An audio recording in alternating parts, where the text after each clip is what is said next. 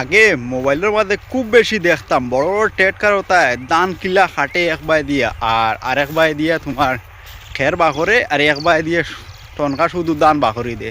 তো আজকে আমরা গ্রামও আইসে বলতে 2-3 দিন হয়ে যার আমি দেখাইতাম করিয়া হইলাম দেখি আমি সময় পাইলে আমি বাখরি দেখাইমু।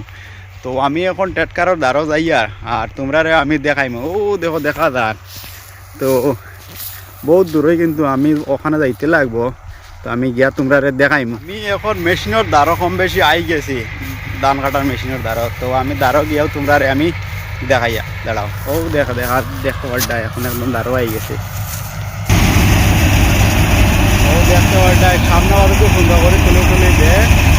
আর এখন বর্তমানে আবার ট্রেক্টর আইছে না যেখানে ধান লোড লয় আর পিছনে তোমার হয়তো খের বাঘরি গিলা বলা খুব সুন্দর সিস্টেমে কিন্তু ধান কাটে। আমি ট্রেক্টর আওয়ার পরে আমি দেখাই ধান মুম্বাই দিয়ে বার করিয়া দেয়। পিছনে দেখো খের বাঘরি বলায় আর সামনেরটায় দিয়ে কাটে। ও দেখো পাইপের মতন দেখা যায় যেটা ও বাইরে দিয়ে ধান হয়। এখন খালি ধান লোড করে আর ট্রেক্টর আওয়ার পরে সেই ট্রেক্টরটার মধ্যে লোড করে দিয়া দিব। আর এখন ধান কাটিয়ে মনে করো জমার খুব সুন্দর কিন্তু। ও দেখো খের বাঘরে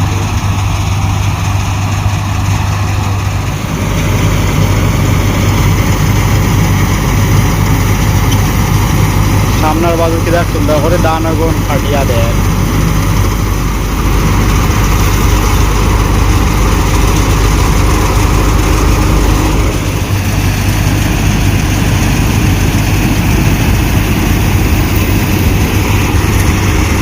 ভাই এরকম যদি হয় তাহলে গরিব মানুষের কিতা অবস্থায় বা আগে কম বেশ মানুষের দান একে দায়িত্ব হইলে কমসে কম 3 দিন যাব লাগতো মোটামুটি তবে পরিবার চালাইতে পারতো। কিন্তু এটা হওয়ার পর থেকে মানুষ তো বাঁচা বহু ভীষণ দায় হয়ে যাব। দেখো তার কত সময় লাগে বেশ থেকে বেশ আমি দেখলাম তো 15 মিনিট লাগে এখন কি এক কেয়ার দায়িত্বে তার কতক্ষণ সহজ করছে মানুষ রোজগার একদম বাইরে না ও অবস্থায়। আর এর উপরে এটা গাড়ি দেখো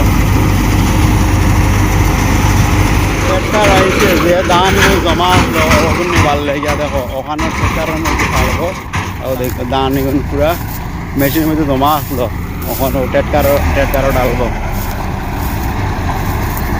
ও দেখো ও পাইপের মধ্যে দিয়া সব ধান ছাড়বো ওর মাঝে দেখো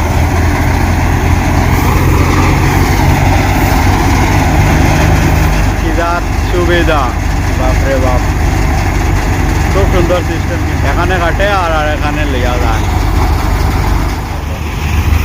চলো রাখি দিয়ে।